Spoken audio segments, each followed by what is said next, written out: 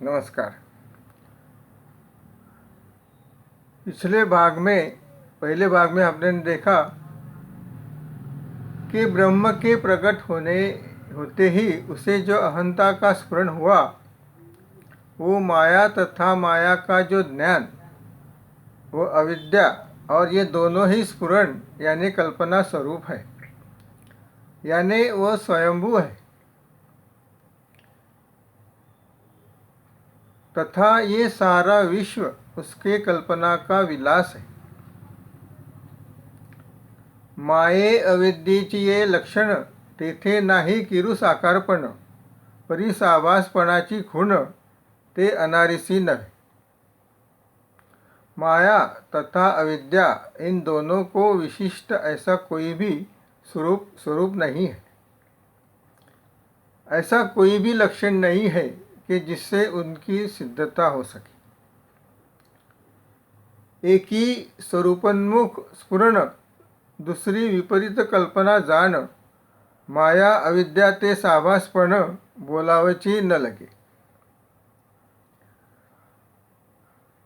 ब्रह्म तथा परमात्मा को अपने आप में जो स्फुरण, वही माया की निर्मिति और उसका अयोग्य तथा विपरीत ज्ञान, यह अविद्या कहलाती है तथा ये दोनों ही आभास यानी मूल वस्तु पर होने वाला भ्रमित भास है। जैसे हम रस्सी को अंधेरे में सर्प समझ लेते हैं, लेकिन ब्रह्म जो है वो सही में निराभास है। शुद्ध चैतन्याविण माये अविद्येची या नाही स्फुरण, म्हणून तयासी अधिष्ठान तेची तेकी। किसी भी झूठे वस्तु का भास यानी कल्पना होने के लिए मुख्य मूल वस्तु सत्य में होना जरूरी है, उसे ही अधिष्ठान कहते हैं। जैसे रस्सी के बिना सर्प का भास होना मुश्किल है, जैसे चित्र को निकालने के लिए पर्दे तथा कागज का जरूरी है, उसी तरह माया तथा अविद्या के लिए शुद्ध चैतन्य जो सर्वदूर सर्वकश तथा निराभास है, उसके अधिष्ठान के सिवा होना नामुमकिन है।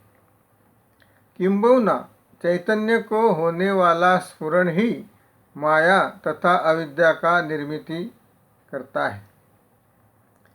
माया अविद्या स्फुरे तेथे चैतन्यासी आधीची संचरे, तेने ते याने वारे कवणी दाखवपा। माया तथा अविद्या का स्फुरण यानी प्रगटीकरण होने से पहले ही या होते होते ही उसमें चैतन्य परमात्मा का प्रवेश हो जाता है। यहाँ पहले कौन और बाद में कौन, इसका कोई प्रश्न ही नहीं है।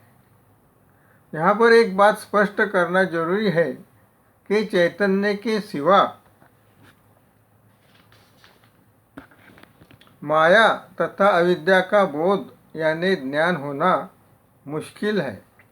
इसलिए माया अविद्या का स्फुरण चैतन्य के सिवाय हो ही नहीं सकता है। माया अविद्येची या साभासा सवे चैतन्यासु उठी सरिसा, तेथे प्रतिबिंब हा ऐसा बोलीचे। माया तथा अविद्या साभास रूप से प्रकट होते होते ही उसमें चैतन्य ही अपने आप प्रकट हो जाता है। इसी को शब्दों में परब्रह्म का प्रतिबिंब अवतरित होना कहते हैं। जैसे घटामठा सरिसे निरालंब गगन प्रवेशे, ते घटाकाश मठाकाश ऐसे नाव ठेवीजे ते। जैसे मिट्टी का घट या घड़ा जब कुंभार तैयार करता है, उस समय वो तैयार होते होते ही उसमें गगन आकाश अपने आप प्रकट होता है, लेकिन शब्दों में हम उसे घटाकाश तथा मठाकाश कहते हैं। माया अविद्या किरू साभास तिही अनुभावीजे ब्रह्म निराभास जेने वसावजे ओस वासनात्मक है। माया तथा अविद्या ये दोनों मिथ्या तथा भासमान है, लेकिन सिर्फ और सिर्फ इन्हीं से निराकारी परब्रह्म का अनुभव करा जा सकता है। सर्व वासनाओं को नष्ट करके निराकार निराविचार होकर सर्व चित्तवृत्ति का नियमन करके परमात्मा पर ब्रह्म का अनुभव किया जा सकता है, और इसके लिए माया तथा अविद्या की निर्मिति हुई है। अगा ब्रह्म नोहे शून्य ते जाण शुद्ध चैतन्य म्हणून जाणती ते धन्य निराभास जरी। परब्रह्म जो है वो कदापि शून्य नहीं है, चाहे वो निराकारी निर्गुण क्यों ना हो, लेकिन जो साधक चित्तवृत्ति निरोध करके ये परमात्मा का स्वरूप अनुभव करता है वो बहुत ही बड़ा भाग्यशाली है। आगा परब्रह्मी नाही बिंब तेथे कायसे प्रतिबिंब तथापि दृष्टांतो डिंब ब्रह्मावदेशे। हे प्रिय शिष्य, तेरी शंका के अनुसार परब्रह्म का कोई बिंब नहीं है तो फिर उसका प्रतिबिंब कैसे प्रतीत होगा। लेकिन माया अविद्या तथा ब्रह्म को समझने के लिए यह बिंब प्रतिबिंब दृष्टांत दिया है। ये मूल ग्रंथ मराठी में है, लेकिन उसका ट्रांसलेशन यानी भाषांतर हिंदी में किया है। कुछ गलतियां हुई हो तो उसके लिए माफ़ी चाहता हूँ। नमस्ते।